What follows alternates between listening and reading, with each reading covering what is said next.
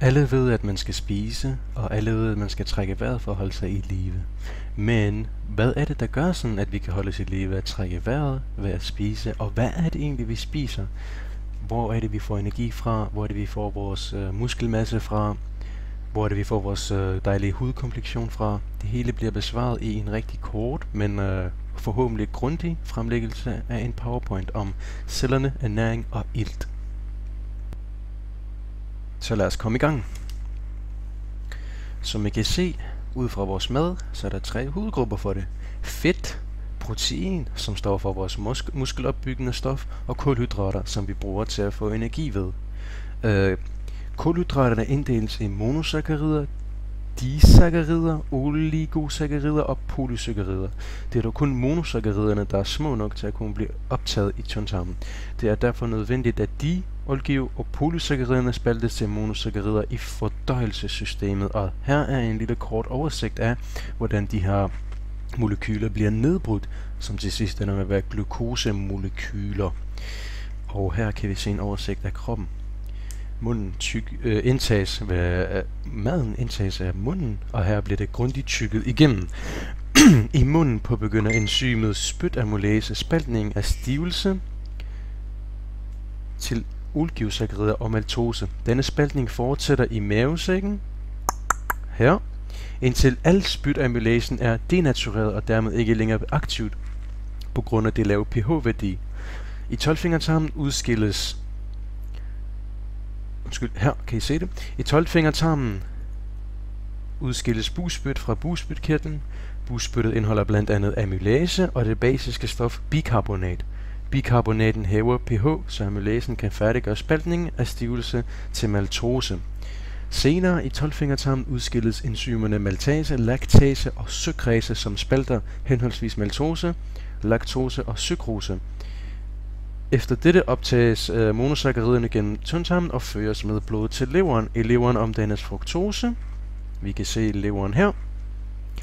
I leveren omdannes fruktose og galaktose til glukose, og et eventuelt overskud af sukker deponeres i form af glykogen. Det er hovedsageligt at de 2 hormoner, insulin og glykagon, som regulerer blodsukkeret, insulinudskillelsen øges efter et måltid. For at forhindre for store stigninger i blodsukkeret bliver der dannet en balance af glykogenudskillelsen og insulinudskillelsen, så der bliver en forhindring af for lavt eller for højt blodsukker. Glukose bliver ude i cellerne forbrændt ved hjælp af forskellige biokemiske processer. Først omdannes glukose til 2 molekyler pyruvat i glykolysen. Derefter omdannes de 2 pyruvatmolekyler til 2 acetyl CoA-molekyler, som dernæst skal træde ind i citronsyrecyklus.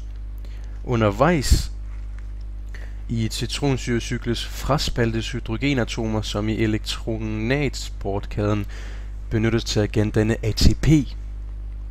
Og nu videre til iltoptagelse. Der sker en gasudvikling i lungerne over den respiratoriske membran, bestående af apitel plus basalmembran plus bindevæv plus blodkarrets basalmembran og til sidst plus endotelet. O2 eller luft bindes til hemoglobin i erytrokryterne, de røde blodlegemer, som vi har i vores krop. Erytrokryterne transporteres ud i kroppen fra lungekredsløbet via hjertet. Der sker gasudvikling mellem CO2 og O2 i vævet. Når CO2 er for højt i blodet og pH er tilsvarende lav, altså kulsyre, falder bindingskraften mellem O2 og hemoglobinet, hvilket kaldes Bohr-effekt, og ilten bliver bundet til X-myoglobin i X-musklerne, som har en større affinitet, altså bindekraft til ilten end hemoglobin. Ved inspirationen, altså indånding, suges luft eller O2 ned i de yderste dele af lungerne, som hedder alveoler. Her har vi et billede af alveoler. Det er små sække, som opsamler O2 og er omgivet af blodkar, som vi kan se her, hvor væggene i blodkarrene og alveolerne er i stand til at udveksle O2 og CO2. Det iltede blod, arterielt blod, cirkulerer således herfra rundt i kroppen. Det iltede blod repræsenteres af den her orange blodcirkulationsbane, hvor det bliver ført ud til kroppen. Iltet og så videre. Og her kan vi se det afiltede blod. der skal transporteres tilbage til hjertet, som kan trykke det ud igen til lungerne, hvor den her cyklus fortsættes igen hver eneste gang. Jamen, hvad er formålet med ilt, spørger du dig sikkert om. Det kan let forklares. Hovedformålet med åndedrættet er at opretholde en passende koncentration af ilt og kuldioxid i blodet, ved at lade ilt passere fra indåndingsluften til blodet og kuldioxid fra blodet til indåndingsluften. Herigennem reguleres også blodets pH-værdi. Hvis ikke denne ligger inden for et meget snævert interval, bliver miljøet i kroppen toksisk, altså giftig for kroppens celler.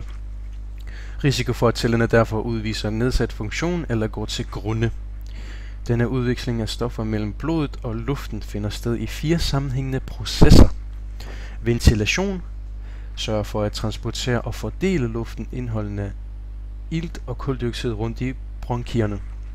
Distribution fordeler ilt og kuldioxid til alveolerne, som vi så i det her tidligere billede herover.